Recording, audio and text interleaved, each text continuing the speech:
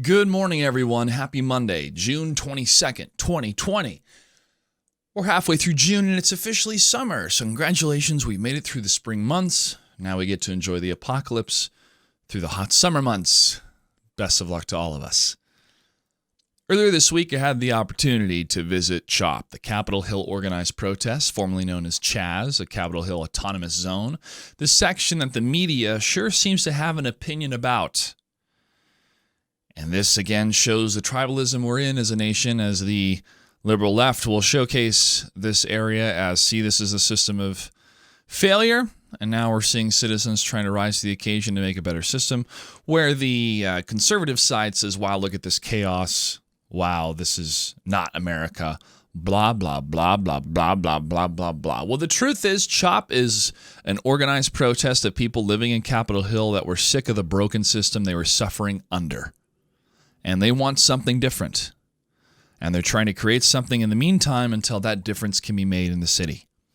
And the mayor and the governor and other officials are listening to these people, which unfortunately is something a lot of our leaders have not been doing when it comes to the needs of the people. There are a number of media personalities that I love and do look up to that unfortunately have gotten this situation wrong or are not detailing the full scope of the picture. And this happens to just about any part or piece of media. And I love how Dave Chappelle says it best. Everything is funny unless it's happening to you. And this is happening to my neighbors to the north. This is happening in a section of the neighborhood that I've practically worked in, just outside of Capitol Hill, the bottom of the hill, at one of the best bars, White Swan Public House on the water. I have a number of friends that live there and businesses that I would frequent.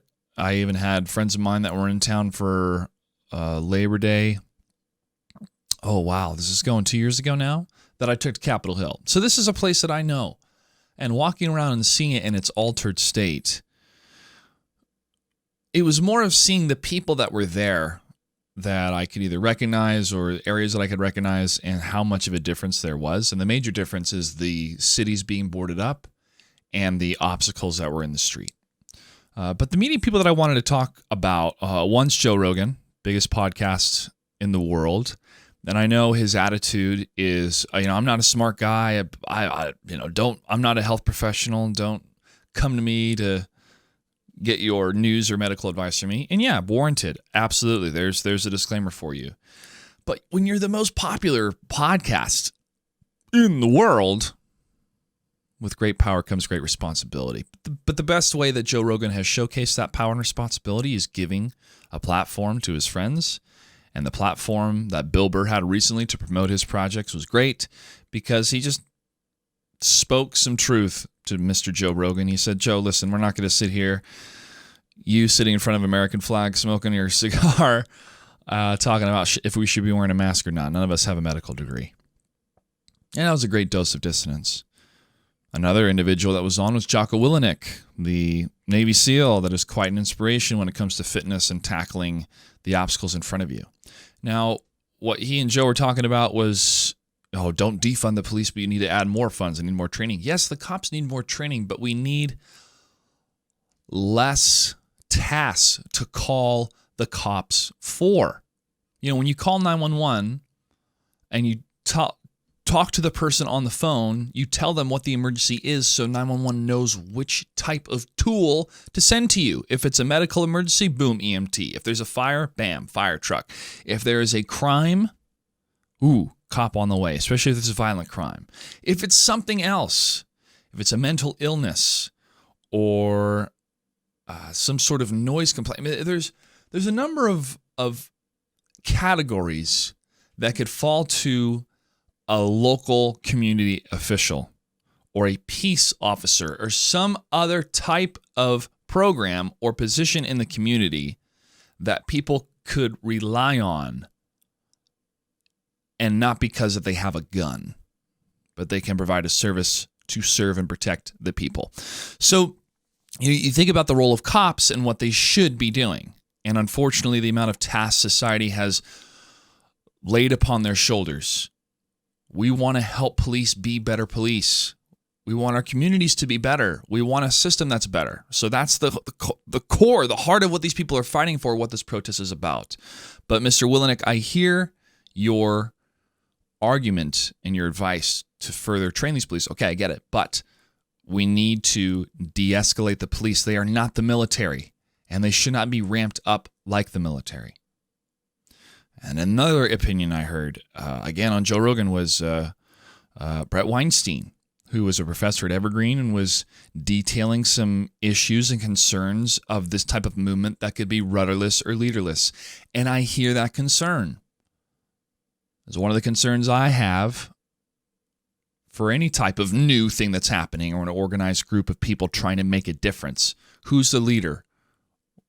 Where is it going? What do these people want? And it can be a scary time for anybody in any situation right now with a pandemic, an economic collapse, in the midst of a political revolution, possibly. I mean, there's a lot happening here, folks. But most importantly, the people that are hurting and have been hurting are trying to stop the system that's hurting them, the system that has the boot on their neck, and trying to add more funds or add more training to a system that's inherently broken. The foundation is cracked. The social contract is broken. That is not the right approach. That's not the right answer. And the concerns I hear from these older individuals, anybody should listen to them.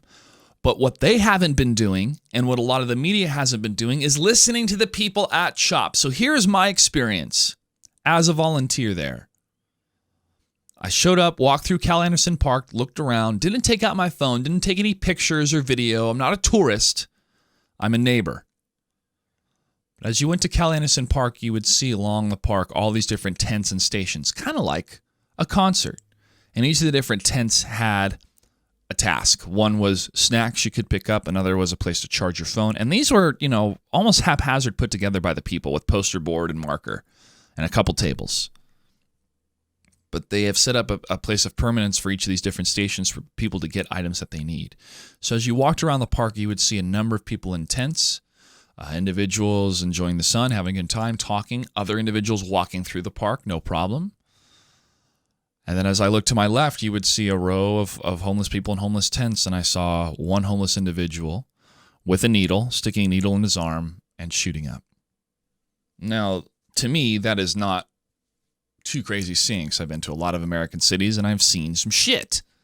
But in broad daylight, in a park, overall, you kind of think, as an adult, no kid should be here. But that's the nature of the protests. These people have gathered together because they have nowhere else to go. And when I'm talking about the homeless community, and they have found themselves a place where they feel, as part of a collective group, a collective whole. So you see a mix of homeless people, you see a mix of people that live there that are neighbors, and that's what kind of the population was looking like as you walked around. But for the most part, it looked like people that were milling around, talking to one another. And, during the day is going to be different than night, obviously. But as I continued to walk around, I went over to 11th and Pine, and there's this cafe that's set up. And the cafe area had a number of tables where people could sit down, and there was a poster board written down with the ideals of this cafe, and it was to have conversations on how we can improve and overhaul the system, especially of policing. And to provide a space where people could sit down and talk, I thought was wonderful. And when I went up to them and talked to them to see if there's anything I could do to help them, they said, we have these tables that were dropped off. And we don't have an Allen wrench tool, but here are the screws. Would you be able to see if you could try to put it together? And I said, you know what? I don't have an Allen wrench on me, but I'll see what I can do. And over the next hour or so, I proceeded to put together the tables using my dexterity of years of playing video games and putting together IKEA furniture. And I was able to put together 2.5 of the tables. The third one, there wasn't enough screws, but I was able to finagle it enough that it would still stand up as a table. So after providing my services and talking to them for a little bit more, there was a number of individuals who would stop by the cafe. One of them worked for the city, And he said, hey, we may have some furniture that we can drop off and wondering if it'd be cool to drop it off in this section. And I told him, hey, listen, sir, I'm not the one to talk to. I would talk to the gentleman over there. I'm here building tables. But there was this communal feeling of, hey, we're trying to accomplish something as a neighborhood because we're trying to look out for each other better than what our government has been doing, better than what the system has been doing. And that was the overall vibe that I had as I walked around and spoke to the people. Now, as I walked the entire perimeter and started to walk through the different streets, I was looking at beautiful pieces of artwork and, the boarded up windows, unfortunately, the different businesses, and just what was the entire state of the neighborhood. And as I moved my way over to another cross section, there was a station for EMT personnel and medics, and I asked if I could use their hand sanitizers. I said, sure, no problem. And as I continued to walk around, there was a homeless person with a dog. The dog was on a leash, and there was a woman that was speaking to another person in the street. And then that woman started to walk behind the dog, and the dog freaked out, like out of nowhere, and jumped on her and started to bite towards her neck and her ear. She collapsed to the ground, but then the homeless guy, who was a dog owner, grabbed the dog by the leash.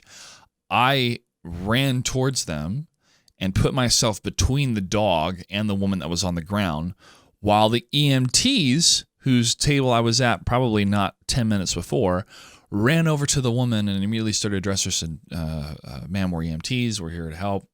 And as the dog was calming down, another person from CHOP came over and talked to the homeless person and said, hey, man, you got to go. You got to take your dog. And after everything started to settle down, I left and started to make my way to the other side of the neighborhood.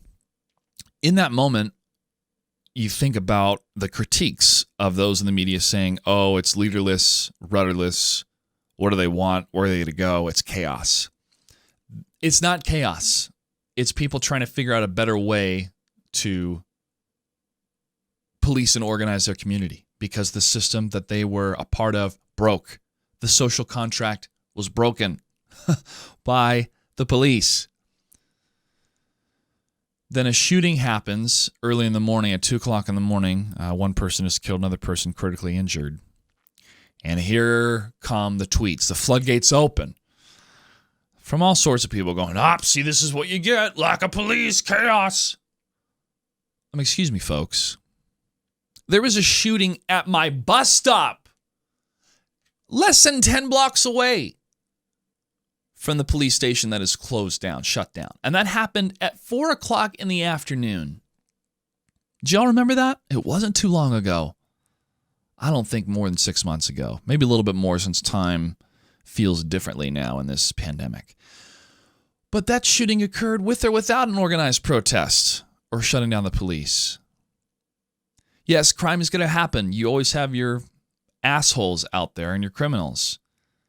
But if you're treating every single citizen like a criminal, who would want to be a part of that system? Honestly, who? The time that I spent at CHOP was short compared to the people that live there and have been dealing with a broken system for so long. But what I saw was a potential, was Amsterdam in real life. It was The Wire Season 3, where people could escape from the bullshit system that's been oppressing them, and they can try to figure out what to do.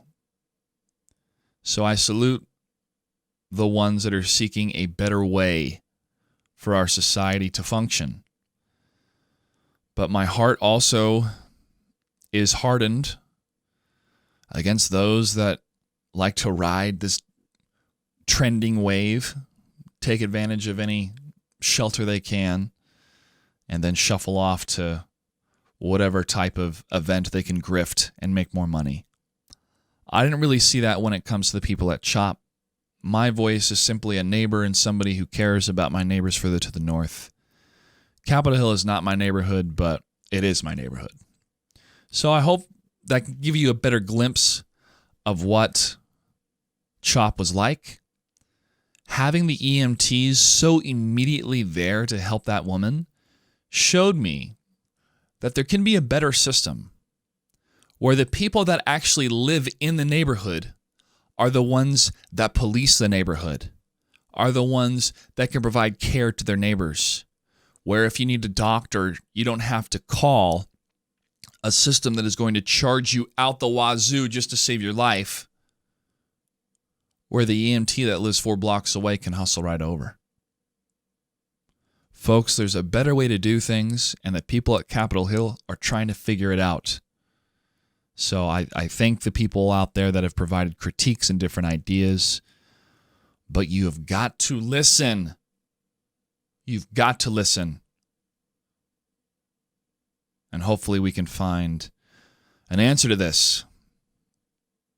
All right. That's this week's Monday morning musings. I look forward to more sunny days up here in Seattle, and I hope all of you continue the good fight for truth and justice. I'll see you online.